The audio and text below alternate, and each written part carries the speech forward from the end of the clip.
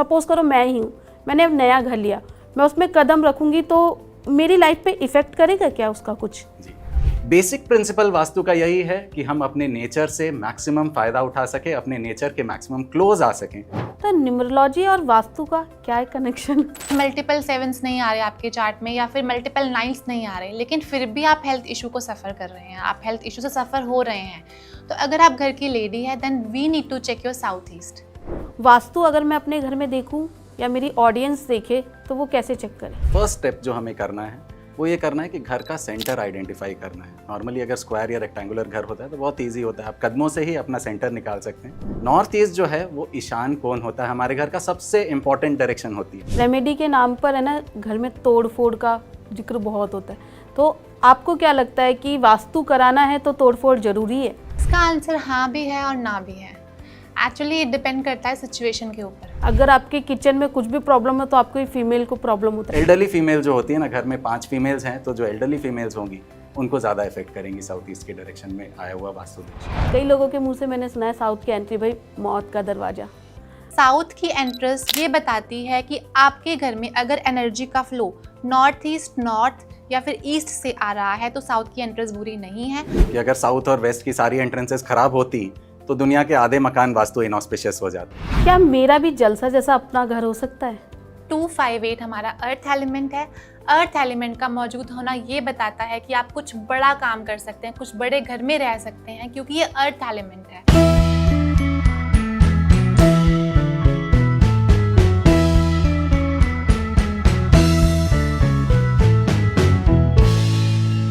नमस्कार, आप सभी का स्वागत है KFE टॉक शो में।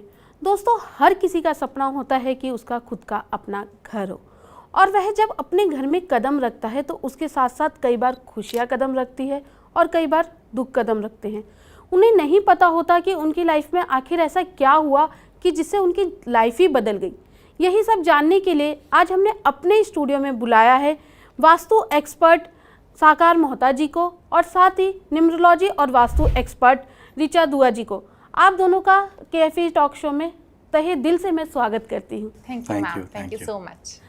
साकार जी, मेरा पहला सवाल आपसे है कि वास्तु क्या होता है और ये क्या इफ़ेक्ट करता है सच में, कि जब आप किसी के घर में, सपोज करो मैं ही हूँ, मैंने अब नया घर लिया, मैं उसमें कदम रखूँगी तो मेरी लाइफ पे इफ़ेक्ट करेगा क्या उसका कुछ? जी, सबसे पहले हम लोग वास्तु के डेफिनेशन को समझते हैं, वास्तु के लिटरल मीनिंग को, एक शाब्दिक अर्थ को समझते हैं।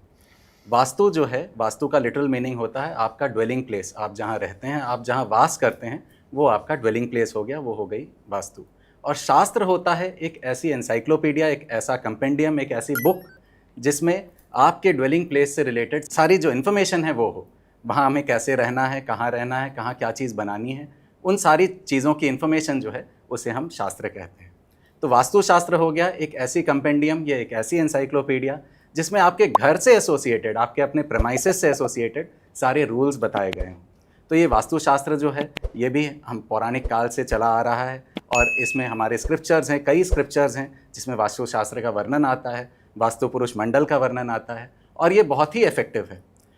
बेसिक प्रिंसिपल वास्तु का यही है कि हम अपने नेचर से मैक्सिमम फ़ायदा उठा सकें, अपने नेचर के मैक्सिमम क्लोज आ सकें, और इतना क्लोज आ जाएं कि हम नेचर के सबसे पहले तो एंटी बिल्कुल ना हो, और उसके बाद साइंटिफिक वे में हम नेचर का अपने लाइव्स में अपना फ़ायदा उठा सकें और नेचर के अगेंस्ट बिल्कुल ना जाएं। ऋचा जी, आप तो एक न्यूमरोलॉजिस्ट भी हैं, साथ में वास्तु एक्सपर्ट भी है, तो न्यूमरोलॉजी और वास्तु का क्या है कनेक्शन? न्यूमरोलॉजी एंड वास्तु आपस में इंटरकनेक्टेड है।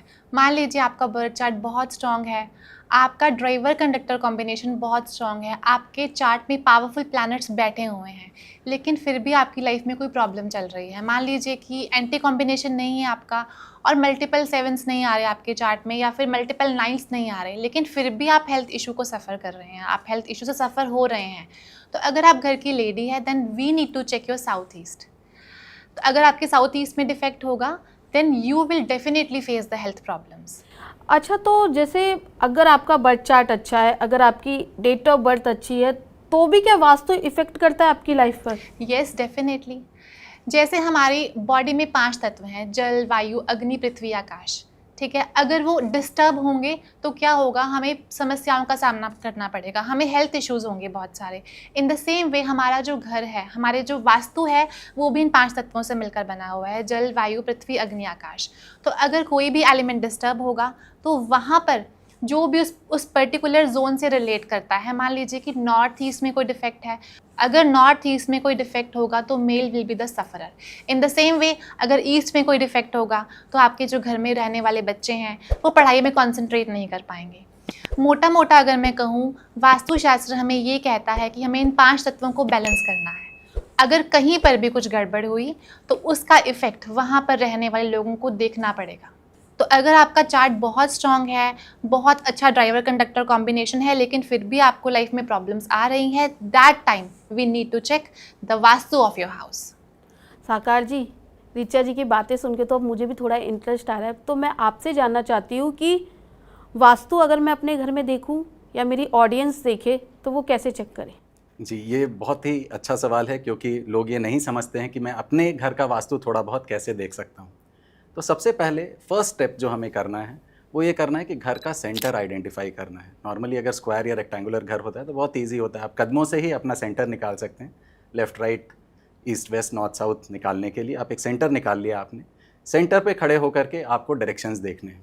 तो आपको अपने कंपास से देखना है, जहाँ 0 डिग्री दिखाएगा वो एग्जैक्ट नॉर्थ है, जहाँ 45 डिग्रीज़ दिखाएगा वो नॉर्थ ईस्ट है, जहाँ 90 डिग्रीज़ दिखाएगा वो ईस्ट है। तो इस प्रकार से पूरा 360 डिग्रीज़ में आपके सारे अलग अलग डायरेक्शंस होते हैं। तो आपको सेंटर पे खड़ा होना है और उसके बाद डायरेक्शंस देखने हैं। तो सबसे पहले आपने डायरेक्शन निकालना समझ लिया। अब डायरेक्शंस में हर डायरेक्शन का अपना अपना एट्रीब्यूट होते हैं। हर डायरेक्शन के जो एट्रीब्यूट्स होते हैं, आपको उन एट्रीब्यूट्स के रिस्पेक्ट में आपको काम करना है। जैसा कि ऋचा जी ने बताया कि 5 तत्व जल, वायु, अग्नि, पृथ्वी और आकाश, इनके अपने अपने डायरेक्शंस हैं और इन डायरेक्शंस के अकॉर्डिंगली ही हमें 5 तत्वों को बैलेंस करना होता है। अब अगर आप खुद अपने घर का वास्तु कर रहे हैं तो 2-3 बातों को आपको ज़रूर इम्पॉर्टेंटली देखना है, और स्पेशली अगर आप नए घर को परचेज़ करने जा रहे हैं तो ये तो हमेशा करना ही करना है। जब भी आप विज़िट पे जाएं अपने नए घर को परचेज़ करने के लिए, या जब लेआउट में पसंद कर रहे हों, तो इस चीज़ का ध्यान ज़रूर रखना है। सबसे पहली बात, नॉर्थ ईस्ट को देखना है अपने घर का। नॉर्थ ईस्ट जो है वो ईशान कोण होता है, हमारे घर का सबसे इम्पॉर्टेंट डायरेक्शन होती है। इम्पॉर्टेंट इसलिए होती है कि एनर्जी का जो फ्लो है वो नॉर्थ ईस्ट से हमारे घरों में प्रवेश करता है। तो नॉर्थ ईस्ट को अगर आप ऐसे भी देखें, साइंटिफिकली भी समझें, तो हमारी अर्थ जो है ईस्ट टू वेस्ट मूव कर रही है, और सनरेज भी जो है इसीलिए ईस्ट से हमारा सूर्योदय होता है। और अगर आप देखें तो हमारा अर्थ जो है टिल्टेड भी है, तो इसीलिए नॉर्थ ईस्ट यानी कि जो अरुणाचल प्रदेश है इंडिया का, वहाँ सबसे पहले सुबह होती है। हमारे घरों में जो सूर्य की सबसे पहली किरण है वो नॉर्थ ईस्ट पे पड़ती है। तो नॉर्थ ईस्ट का इम्पॉर्टेंस बहुत ज़्यादा है।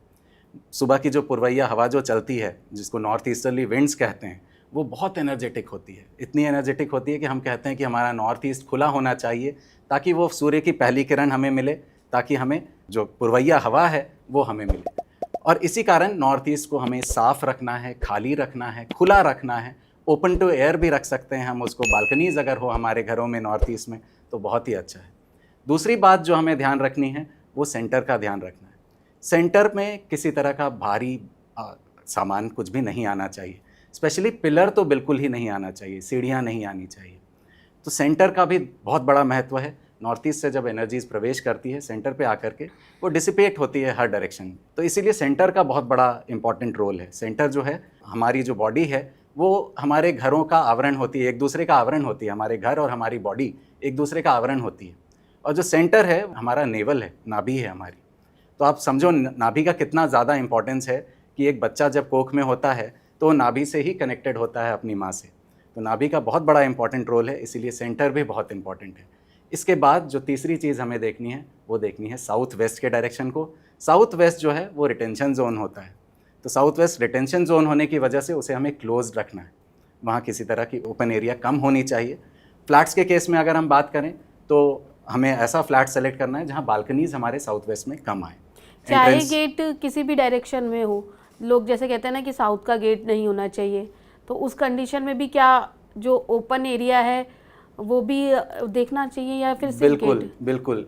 इसमें आप अगर कॉन्टेक्स्ट समझेंगे तो जो हमारे जो इंडिपेंडेंट हाउसेज होते हैं, इंडिपेंडेंट हाउसेज में ओपनिंग के बाहर खुला एरिया होता है, जो एंट्रेंस होती है उसके बाहर खुला एरिया होता है।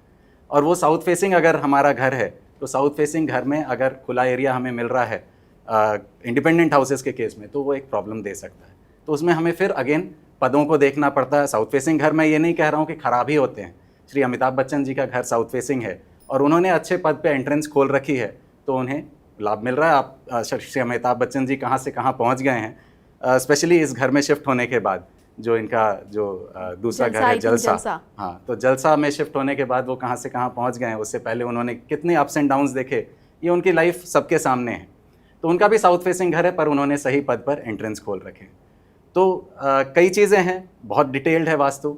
45 देवताओं का भी वर्णन आता है इस रेस्पेक्ट में। पर अगर आप खुद से वास्तु कर रहे हैं तो इन 3 चीज़ों का ध्यान रखें, नॉर्थ ईस्ट, सेंटर और साउथ वेस्ट। ये बहुत ही इंपॉर्टेंट है, ये तीनों जोन्स। अगर आप इसका ध्यान रख लेते हैं तो आपका 80% वास्तु सॉल्व है। ऋचा जी, जैसे ये बोल रहे हैं वास्तु बहुत ज़रूरी है, लेकिन मैंने अक्सर देखा है कि वास्तु में क्या होता है ना, रेमेडी के नाम पर है ना, घर में तोड़ फोड़ का जिक्र बहुत होता है। तो आपको क्या लगता है कि वास्तु कराना है तो तोड़ फोड़ ज़रूरी है? इसका आंसर हाँ भी है और ना भी है। एक्चुअली ये डिपेंड करता है सिचुएशन के ऊपर। सबसे पहले, अगर आपके घर में छोटे मोटे डिफेक्ट्स हैं, मान लीजिए कि आपके घर का नॉर्थ ईस्ट डिफेक्टेड है, या फिर इफ़ आई से कि आपके घर में ईस्ट में कोई प्रॉब्लम है, तो वहाँ पर हम उसे एनर्जाइज कर सकते हैं विद द वाटर एक्टिविटी। क्योंकि जैसा आप जानते हैं कि नॉर्थ ईस्ट ये सब हमारे वाटर जोन्स हैं। तो अगर हम यहाँ पर वाटर फाउंटेन लगा देते हैं या फिर कोई भी वाटर एक्टिविटी करते हैं, तो डेफिनेटली हम वहाँ की एनर्जी को एनर्जाइज कर सकते हैं। लेकिन अगर मैं बोलूँ कि अगर आपके नॉर्थ ईस्ट में वॉशरूम आ गया है या फिर नॉर्थ ईस्ट में स्टेयर केस आ गया है, उस केस में आप क्या करोगे? अब नॉर्थ ईस्ट का वॉशरूम इज़ अ ब्लंडर। उस केस में हम क्या बोलते हैं कि आपको वहाँ से कमोड को हटाना है, ठीक है। वी कैन नॉट से कि आप शिफ्ट करिए घर को। अगर आप वहाँ से कमोड हटा सकते हैं, उस कमोड को निकाल सकते हैं, तो आप नॉर्थ ईस्ट का डिफेक्ट कम कर सकते हैं। वहाँ पे बेदिंग एरिया बना सकते हैं, बेदिंग एरिया में कोई प्रॉब्लम नहीं है। लेकिन वहाँ पर अगर कोई पिलर आ गया है, वहाँ पर अगर कोई स्टेयर केस आ गया है, that creates major problem, right. लेकिन अगर मैं छोटे मोटे डिफेक्ट्स की बात करूँ, जैसे कि अगर मैं आपको एक एग्जाम्पल दूँ, अभी रिसेंट मेरे एक क्लाइंट थे, उनका घर था, तो हमने जब उनका वास्तु विजिट किया तो उनके घर में उनका साउथ ईस्ट एक्सटेंशन में था। अब साउथ ईस्ट अगर एक्सटेंशन में होगा तो क्या होगा, क्योंकि अग्नि का जोन है, घर में कला कलेश, लड़ाई झगड़ा, and specially south east women की हेल्थ को इम्पैक्ट करता है। तो वहाँ पर जो लेडी थी, उनको हेल्थ इश्यूज़ बहुत ज़्यादा रहते थे, राइट। तो अभी हमने उनका ट्रीटमेंट किया विद द रेड टेप। हमने उसको रेक्टेंगुलर शेप में कट कर दिया उनके प्लॉट को, और जब वो रेक्टेंगुलर शेप में कन्वर्ट हुआ तो जो कटेड एरिया ऑफ द प्लॉट था, उसकी एनर्जी ट्रांसफ़र होना बंद हो गई। और from that day I would say with in 20-25 days उनको रिजल्ट देखने को मिला। उनकी हेल्थ में काफ़ी इंप्रूवमेंट आया, उनके घर में लड़ाई झगड़े कम हुए। तो डेफिनेटली अगर हम ये सब करते हैं तो हमें लाइफ में रिजल्ट देखने को मिलेंगे। एंड इट्स नॉट मैंडेटरी कि हर समय हमें घर की तोड़फोड़ करनी पड़े। वो बहुत ही मेजर केसेस होंगे जब हमें तोड़फोड़ करनी पड़ती है, otherwise with the help of remedies हम वास्तु दोष को रिकवर कर सकते हैं। साकार जी, जैसे कि ऋचा जी ने बताया कि कुछ ऐसे भी वास्तु में दोष होते हैं जिसका कि तोड़ फोड़ के बिना कुछ गुजारा ही नहीं है, या फिर कुछ ऐसी रेमेडीज़ होती है, तो उसको प्लीज़ आप डिस्क्राइब करेंगे। जैसा कि मैंने बेसिक प्रिंसिपल बताया कि जलवायु, अग्नि, पृथ्वी और आकाश को बैलेंस करना होता है। अब अगर हम अपने घरों को देखें तो सबसे मेजर प्रॉब्लम कॉज करने वाली जो चीज़ होती है ना, वो टॉयलेट्स, किचन्स और सेंटर में बाहर होता है, या हम जब क्लटर कर देते हैं कहीं पर तो वो मेजर दोष क्रिएट करते हैं। अगर हम अपने स्क्रिप्चर्स को देखें तो उसमें टॉयलेट का कहीं वर्णन नहीं आता है। सिर्फ एक जगह विश्वकर्मा प्रकाश में वर्णन आता है टॉयलेट का कि साउथ वेस्ट में टॉयलेट बनाया जा सकता है, यम और नृत्य कोण के बीच में टॉयलेट बनाया जा सकता है। पर आज के घर को अगर हम देखें तो 4 बेडरूम का फ्लैट में 6 टॉयलेट्स होते हैं। तो टॉयलेट एक मेजर दोष क्रिएट करता है। अब अगर टॉयलेट्स की बात करें तो मेजर दोष तब आ जाएगा अगर नॉर्थ ईस्ट में हमारे टॉयलेट आ जाएगा। नॉर्थ ईस्ट और नॉर्थ ऑफ नॉर्थ ईस्ट, 2 दिशाएं अगर हम 16 दिशाओं में विभाजित करें तो नॉर्थ ईस्ट और नॉर्थ ईस्ट के बीच की दिशा, ये जो दिशा है, इसमें अगर टॉयलेट आ जाएगा तो इसे हमें रिमूव करना ही पड़ेगा। तो ये एक मेजर दोष है। सेंटर में अगर किसी तरह का पिलर आ जाएगा, टॉयलेट ही आ जाएगा, तो उसे अगेन हमें रिमूव करना पड़ेगा। पर अगर रेमेडीज़ की बात करें, 6 टॉयलेट्स हैं तो सबके सब नॉर्थ ईस्ट में आ जाएं, ये संभव नहीं है। बाकी सभी जगह हम रेमेडीज़ कर सकते हैं। सिंपल रेमेडीज़ हम लोग करते हैं। सॉल्ट के बोल्स हम लोग रखते हैं टॉयलेट्स में। हम लोग टेप्स और स्ट्रिप्स का यूज़ करते हैं ताकि हम नेगेटिव एनर्जीज़ वहाँ के कट कर सकें। जो हमारी उस जोन की जो पॉजिटिव एनर्जी है वो फ्लश आउट ना हो टॉयलेट से, उसको हम रोक सकते हैं। तो इन सब के लिए बहुत सिंपल रेमेडीज़ हैं। हम टेप्स यूज़ करेंगे, स्ट्रिप्स यूज़ करेंगे, और इन टेप्स और स्ट्रिप्स के मदद से हम वहाँ की एनर्जीज़ को रोक लेते हैं और टॉयलेट के दुष्प्रभाव को से हम बच लेते हैं। पर नॉर्थ ईस्ट बहुत ही इंपॉर्टेंट जगह है। वहाँ ईशान कोण इसलिए कहा जाता है कि वहाँ से मैंने बताया एनर्जीज़ प्रवेश कर रही हैं, तो वहाँ अगर टॉयलेट होगा तो वो प्रवेश करते ही वहाँ से फ्लश आउट हो जाएंगी या वह दूषित हो जाएंगी वो एनर्जीज़, तो वो हम नहीं चाहते हैं, कभी भी नहीं चाहते हैं। तो वहाँ से हम टॉयलेट को 100% रिमूव करेंगे। बाकी जगह से हम रेमेडीज़ करेंगे। एंट्रेंसेस बड़े दोष क्रिएट करते हैं, किचन्स दोष क्रिएट करते हैं। किचन जो है वो क्या है, अग्नि तत्व है। अग्नि तत्व की दिशा यानी कि अग्नि कोण जिसको कहते हैं, साउथ ईस्ट की दिशा होती है। वहाँ अगर हमारा किचन बना हुआ है तो वेल एंड गुड, बहुत ही अच्छी बात है, वो वहाँ होना ही चाहिए किचन। अगर वहाँ नहीं है तो अगेन हमें रेमेडीज़ करनी पड़ती है। हम बर्नर के नीचे अलग अलग तरह के स्टोन्स रखते हैं, अलग कलर्स के स्टोन्स रखते हैं, ताकि हम बैलेंस कर सकें। अग्नि तत्व अगर मान लीजिए से फॉर एग्जांपल जल तत्व में हमारी अग्नि आ गई तो वो एक डिसबैलेंस क्रिएट कर रही है। पर हम उसको बैलेंस क्रिएट करने के लिए हम क्या करेंगे, अग्नि तत्व है हमारा स्टोव, जल तत्व है हमारी दिशा। अब दोनों के बीच में जल वायु अग्नि आती है, जल और अग्नि के बीच में वायु आती है, तो हम वायु के कलर यानी ग्रीन कलर को हम वहाँ प्लेस करेंगे। जो हमारा बर्नर है, किचन का बर्नर, उसके नीचे हम एक ग्रीन कलर का स्टोन लगाएंगे। तो इस तरह की छोटी छोटी सिंपल रेमेडीज़ है जो कि आप अगर ऐसे देखें तो बहुत ज़्यादा इसमें एक्सपेंसेस भी नहीं लगने हैं। जो टेप्स और स्ट्रिप्स आते हैं, बिल्कुल 15-20 रुपए के टेप स्ट्रिप्स आते हैं, उसको लगवाना होता है। और जो स्टोन्स वगैरह हमें यूज़ करना है बर्नर के नीचे, वो भी बहुत सिंपल से रेमेडीज़ हैं, और इसको करके हम 100% उन वास्तु दोषों को दूर कर सकते हैं। आपने जैसे किचन की बात की, तो मैंने सुना है कि किचन फीमेल से डेडिकेटेड होता है। अगर आपके किचन में कुछ भी प्रॉब्लम है तो आपको फीमेल को प्रॉब्लम होता है, ऐसा कुछ होता है? ऐसा नहीं है। किचन जो है अगर साउथ ईस्ट में आपके बना हुआ है, हाँ। किचन देखिए अग्नि तत्व का प्रतीक है। अगर अग्नि तत्व डिस्टर्ब होगी ना तो पूरे घर को प्रॉब्लम होगी, कैश फ्लो डिस्टर्ब होगा, लग्जरीज डिस्टर्ब होगी। साउथ ईस्ट वीनस की भी डायरेक्शन होती है, लग्जरीज डिस्टर्ब होगी, आपके कैश फ्लो डिस्टर्ब होंगे, आपके रिलेशनशिप्स डिस्टर्ब होंगे, आपकी हेल्थ डिस्टर्ब होगी, स्पेशली आपका डाइजेस्टिव सिस्टम, घर में किसी को भी प्रॉब्लम आ सकती है। पर हाँ, जैसा ऋचा जी ने कहा कि साउथ ईस्ट की डायरेक्शन फीमेल को ज़्यादा इफेक्ट करती है, और ये बिल्कुल सच बात है। और एल्डरली फीमेल जो होती है ना, घर में 5 फीमेल्स हैं तो जो एल्डरली फीमेल्स होंगी उनको ज़्यादा इफेक्ट करेंगी साउथ ईस्ट की डायरेक्शन में आया हुआ वास्तु दोष। तो साउथ ईस्ट में किचन 100% होना चाहिए, पर ये हमें देखना है कि अगर किचन की प्रॉब्लम है तो ऐसा ज़रूरी नहीं है कि सिर्फ फीमेल मेंबर को ही इफेक्ट करे, वो घर में किसी को भी इफेक्ट कर सकती हैं और घर के पूरे ओवरऑल कैश फ्लो को डिस्टर्ब कर सकती है, लग्जरीज को डिस्टर्ब कर सकती है। मुझे हेल्थ का तो पता नहीं, बट मैं नहीं चाहूँगी मेरे घर में कैश फ्लो कम। बिल्कुल।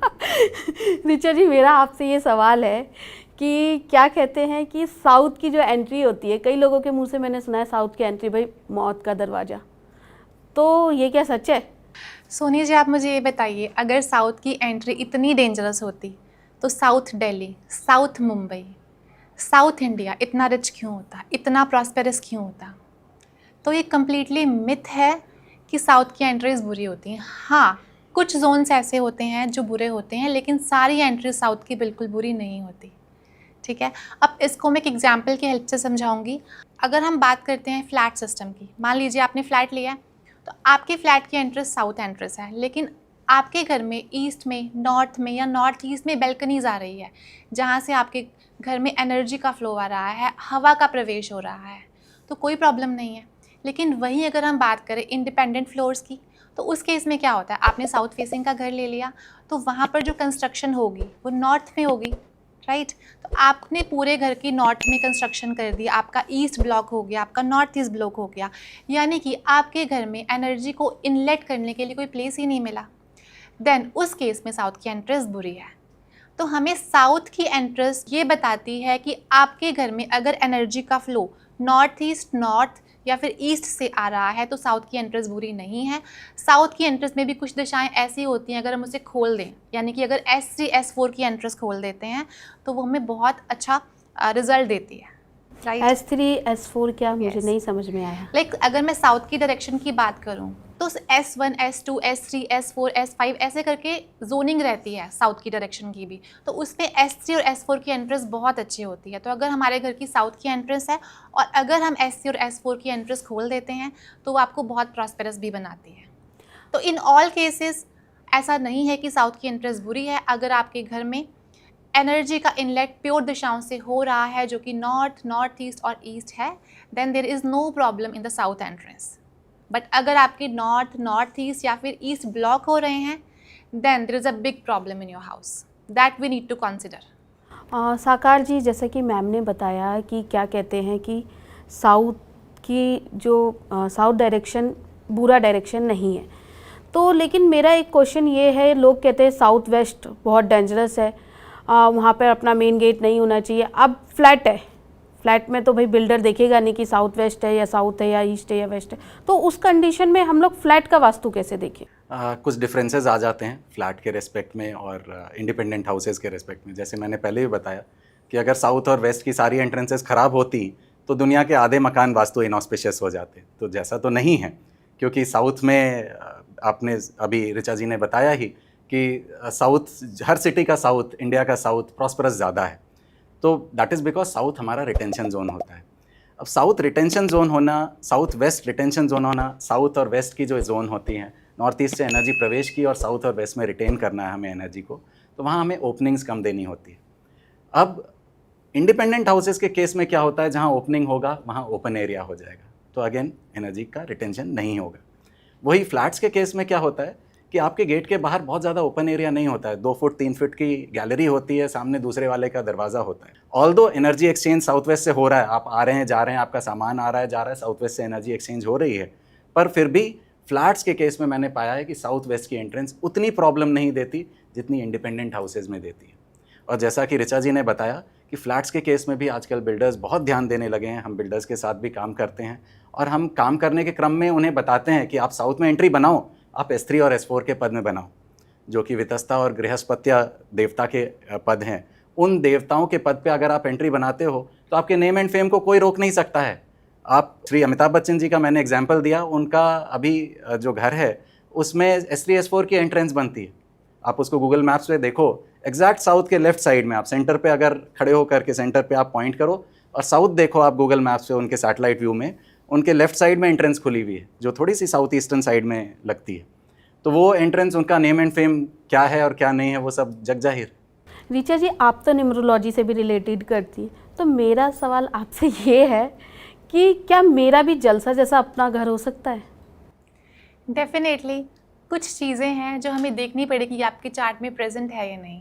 अगर आपके चार्ट में नंबर 5 और नंबर 6 दोनों प्रेजेंट हैं, राइट, और साथ ही साथ आपके चार्ट में 258 का लाइन भी कंप्लीट हो रहा है, तो डेफिनेटली आपका घर बहुत बड़ा बन सकता है, राइट, क्योंकि 258 हमारा अर्थ एलिमेंट है। अर्थ एलिमेंट का मौजूद होना ये बताता है कि आप कुछ बड़ा काम कर सकते हैं, कुछ बड़े घर में रह सकते हैं, क्योंकि ये अर्थ एलिमेंट है। और वहीं नंबर 5 और नंबर 6 लग्जरीज़ के नंबर हैं, ये आपको लग्जरीज देंगे आपको लाइफ में। और साथ में 258 प्रेजेंट है तो आपको धरती का सुख मिलेगा। तो अगर आपके पास ये प्रेजेंट हैं तो डेफिनेटली आपका बहुत बड़ा घर हो सकता है। लेकिन अगेन मैं फिर से बोलना चाहूँगी, मेहनत का कोई सब्स्टिट्यूट नहीं है। अगर आप मेहनत नहीं करेंगे, चाहे फिर आपका ड्राइवर कंडक्टर बहुत पावरफुल हो, आपके पास सारे नंबर्स प्रेजेंट हो, फिर भी आप कुछ नहीं कर सकते। तो मेहनत के बिना लाइफ में कुछ नहीं मिल सकता। अब मेहनत करते हैं, और अगर 5 और 6 प्रेजेंट हैं एंड 258 का लाइन कंप्लीट हो रहा है तो डेफिनेटली एंड डेफिनेटली आप बहुत बड़ा घर बना सकते हैं। अच्छा, मैंने आपका एक वीडियो देखा था, उसमें आपने 5 नंबर को मास्टर की बताया था। Yes. तो ये क्या राज है? नंबर 5 बहुत पावरफुल नंबर है।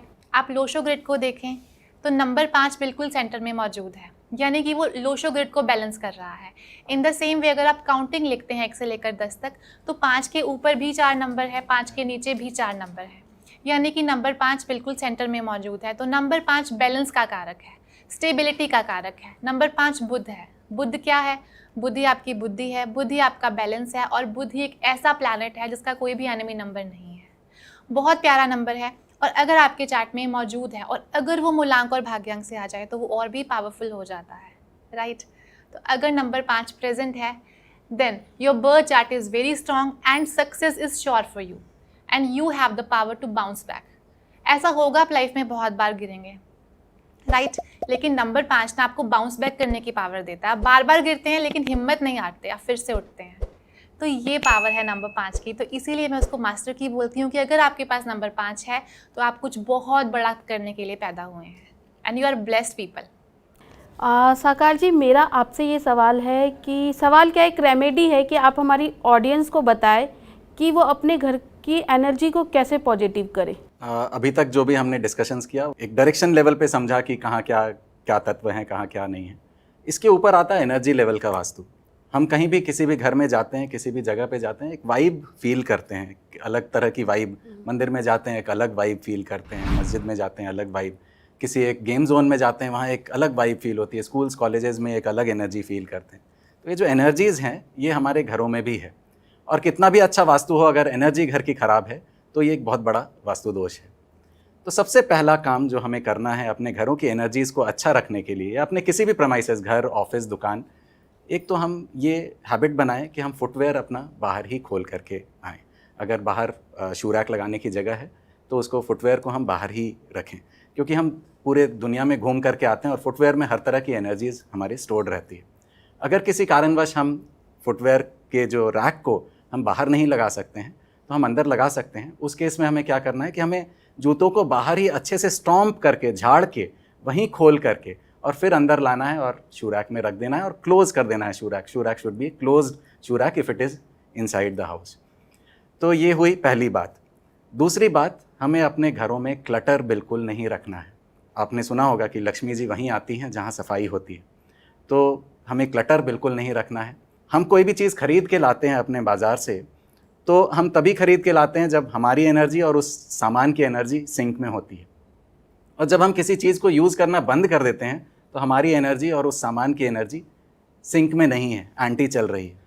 अब ये एंटी एलिमेंट्स अगर हमारे घर में बढ़ते चले जाएं, हम जमा करते जाएं सामान को अपने घरों में, तो क्या होगा कि ये एंटी एनर्जी हमारे पॉजिटिव एनर्जी को दबाने लगेगी और हमारी जो कार्य करने की क्षमता है ये कभी पूरी नहीं हो पाएगी। तो ऐसे सामान जिसको आपने 6 महीने से ज़्यादा यूज़ नहीं किया है, ऐसे सामानों को आप या तो डोनेट कर दें या डिस्कार्ड कर दें या स्क्रैप कर दें। तो ये सामान हमारे घर में बिल्कुल भी नहीं होने चाहिए जिसको आपने 6 महीने से जिस सामान को आपने यूज़ नहीं किया। फिर हम कुछ 2 तरह की एनर्जी को हम प्योरीफाई करने के लिए पहले क्लेंजिंग करते हैं और क्लेंजिंग के बाद एनर्जाइज करते हैं। तो पहले हमें घरों को क्लेंज करना है। क्लेंज करने के लिए कुछ छोटी छोटी रेमेडीज़ हम लोग करते हैं। सॉल्ट एक बहुत बड़ा क्लेंजर है। सॉल्ट जो है नेगेटिव एनर्जीज़ को एब्जॉर्ब करता है, तो सॉल्ट के बोल्स हमें अपने घर के कोनों में रखने चाहिए। नेचुरल सॉल्ट अगर हम यूज़ करते हैं तो वो ज़्यादा अच्छा है, सेंधा नमक या रॉक सॉल्ट जिसको कहते हैं, या सी सॉल्ट, ये हम यूज़ करते हैं तो ज़्यादा अच्छा है। तो ये नेगेटिव एनर्जीज़ को एब्जॉर्ब कर लेंगे। और हर सैटरडे टू सैटरडे अगर आपको लगता है नेगेटिव एनर्जीज ज़्यादा हैं तो हर 2 दिन 3 दिन पे इस सॉल्ट को फ्लश आउट कर देना है, नया सॉल्ट रख देना है, क्योंकि सॉल्ट को एनर्जी एब्जॉर्ब करने की एक क्षमता है, वो एब्जॉर्ब कर ले, उसके बाद उसको फ्लश आउट कर देना है। इसके बाद हम mustard seeds, yellow mustard seeds का यूज़ करते हैं, ये भी एक बहुत बड़ा क्लेंजर है। फिर अगर एनर्जाइजर्स की बात करें तो कई तरह के एनर्जाइजर्स हम यूज़ करते हैं। हम कपूर यूज़ करते हैं, भीमसेनी कपूर यूज़ करते हैं एनर्जाइज करने के लिए घरों को।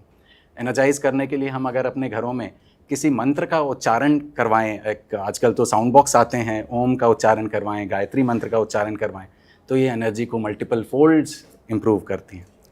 तो डायरेक्शनल लेवल पे तो हमें सब कुछ देखना ही है कि नॉर्थ ईस्ट खुला रहे, साउथ वेस्ट बंद रहे, पर इसके अलावा हम अगर ये उपाय, छोटे छोटे उपाय करते हैं तो हमारे घर में एनर्जीज़, सबसे पहले तो हम रोक ही देंगे नेगेटिव एनर्जीज़ को आने से। अगर आ भी जाएँ तो हम ये क्लेंजिंग और एनर्जाइजिंग दोनों का काम हम घर के छोटे छोटे सामानों से हम ये कर सकते हैं। और ऋचा जी, चलते चलते मैं आपसे जानना चाहूँगी अपने ऑडियंस के लिए न्यूमरोलॉजी से related sweet and short remedy.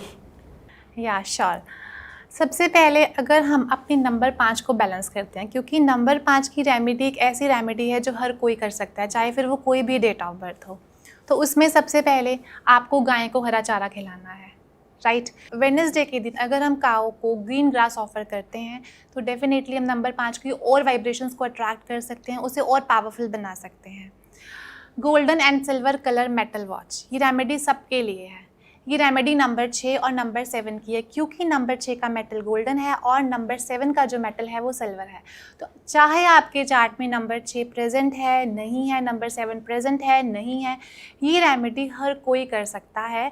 Golden and silver colour metal chain watch, अगर ये रेमेडी करते हैं तो आप देखोगे उनकी लाइफ में मनी का फ्लो होगा, क्योंकि नंबर 6 वीनस का नंबर है, ठीक है। लाइफ में नए नए चांसेस मिलेंगे, तरक्की होगी लाइफ में, तो बहुत पावरफुल रेमेडी है। अगर आप स्ट्रीट डॉग्स को मिल्क प्लस ब्रेड देते हैं तो वो बहुत अच्छी रेमेडी है, आपकी राहु केतु दोनों को बैलेंस करती है। तो ये कुछ रेमेडीज़ ऐसी हैं जो हर कोई कर सकता है। न्यूमरोलॉजी में हम क्रिस्टल बॉल्स को बहुत प्रेफरेंस देते हैं। तो अगर आप क्रिस्टल का ब्रेसलेट पहनते हैं, अगर ब्रेसलेट नहीं पहन पा रहे हैं, तो अगर आप अपने घर के नॉर्थ ईस्ट में क्रिस्टल बॉल्स को हैंग कर देते हैं, 5 क्रिस्टल बॉल्स को, तो बहुत अच्छा रिजल्ट देती है, आपके घर के ऑरा को क्लीन करती है। और अगर आप ब्रेसलेट पहनते हैं, तो अगर आपको थोड़ा गुस्सा आता है, आपको छोटी मोटी हेल्थ प्रॉब्लम्स रहती हैं, आपको हेडेक होता है या फिर कोई भी छोटी मोटी हेल्थ प्रॉब्लम होती है, तो क्रिस्टल ना उसको हील करने की पावर रखता है। तो ये रेमेडीज़ हर कोई कर सकता है, चाहे वो कोई भी मूलांक से गवर्न है, कोई भी भाग्यांक से गवर्न है, लेकिन ये कुछ ऐसी रेमेडीज़ है जो न्यूमरोलॉजी की हर कोई कर सकता है।